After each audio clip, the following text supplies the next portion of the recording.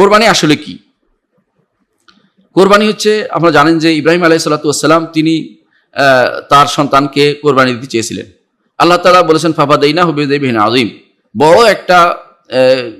বড় একটা জবাই দিয়ে আমি সেটাকে তার ফিদিয়ে দিলাম ইসমাইলকে। অর্থাৎ ইব্রাহিম আলাইহিস সালাম তাকে জবে করতে যাচ্ছে, জবে করছেন, চোখ বন্ধ করে জবে করতেছেন, এমন সময় দেখা গেল আল্লাহ তাআলা সরিয়ে দিলেন ইসমাইলকে, তার জায়গায় সরাই দিল, সেখানে একটা দুম্বাকে সরাই দিল। সেটাকে যখন জবে করা হলো, ইব্রাহিম আলাইহিস সালাম চোখ খুলে দেখেন যে আরে আমি কি জবে করছি। বলে যেন আমাকে সরিয়ে দেওয়া হয়েছে। ইসমাইল বলেন যে আমাকে সরিয়ে দেওয়া হয়েছে, এখানে এটা সই দেওয়া হয়েছে। এটা আল্লাহ তাআলা যেটা ইচ্ছা সম্পন্ন করেছেন। আল্লাহ তাআলা বলেছেন ওয়ানাদাইনা ইয়া ইব্রাহিম কাদ সাদ্দাকতা রুইয়া ইন্না কাযালিকা নাজিল মুহসিনিন। আল্লাহ তাআলা ডেকে বলেন ইব্রাহিম আলাইহিস সালাতু ওয়াস সালামকে, হে ইব্রাহিম, আপনি আপনার সত্যতা পূর্ণ, আপনার স্বপ্ন পূর্ণ করেছেন, স্বপ্ন সত্যতা করে দেখিয়েছেন। সুতরাং আপনি অবশ্যই আপনার এই আপনি সত্য, এখন আপনি যেটা করছি এটা এখন আল্লাহ তাআলা বলছেন তারাকনা আলী ফিল আখিরিন, এটা পরবর্তীদের মধ্যে আমি রেখে দিয়েছি এই নীতি। এই জন্য এখন পর্যন্ত আমাদের এই কোরবানি নীতিটা পালন করতে হয়। এটা আমাদের যেহেতু মিল্লাতে ইব্রাহিমী আমরা অনুসারী, এবং আমরা যেহেতু এই ইব্রাহিম আলাইহিস সালাতু ওয়াস সালামের নিয়ম এবং কারণকে রাসূলুল্লাহ সাল্লাল্লাহু আলাইহি ওয়াসাল্লাম অনুমোদন করেছেন, এই জন্য আমাদেরকে এই কোরবানিটা আমাদের অনুমোদন করতে হয়। পূর্ববর্তী উম্মতের মধ্যে কোরবানি বেশি ছিল, আমাদের মধ্যে বছরে একবার আল্লাহ তাআলা দিয়েছেন।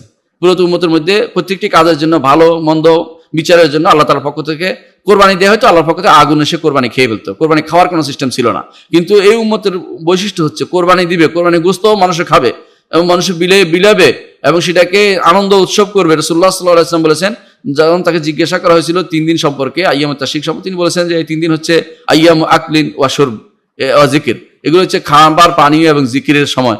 এই 3 দিন আইয়ামুত তাশরিক গুলোতে, এর অর্থ হচ্ছে এইগুলি হচ্ছে আল্লাহর পক্ষ থেকে বিরাট নেয়ামত এই উম্মতের, যে আমরা এই কোরবানি ভক্ষণ করার সুযোগ পাচ্ছি।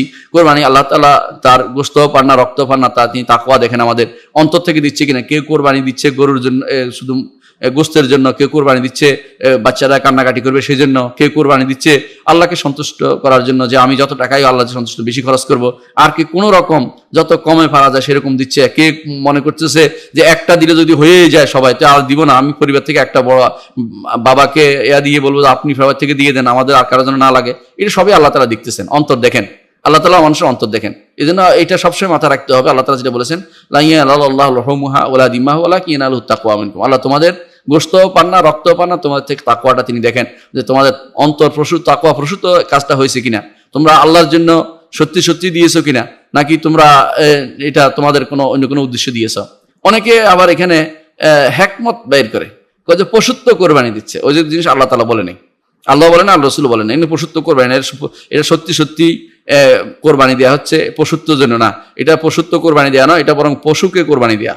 একটা পশু আল্লাহর পক্ষ থেকে যেটা নির্দেশিত সেটাকে প্রতিপালন করা এবং রাসূল প্রতি যেটা নির্ধারিত সেটাকে দেয়া, এটা এইভাবে আবার বলতে হবে। কখনো বলা যাবে না যে আমি পশুত্বকে কোরবানি দিচ্ছি, এই জাতীয় কথা বলা এটা আসলে শরীর কোনো বিষয়ের ভিতরে আসে না। এটা মানুষ হিকমত বের করে বসে বসে, এই জাতীয় হিকমত বের করে আসলে আমাদের ইসলামের কোনো নীতির ভিতরে নেই। এটা বানিয়ে বলা।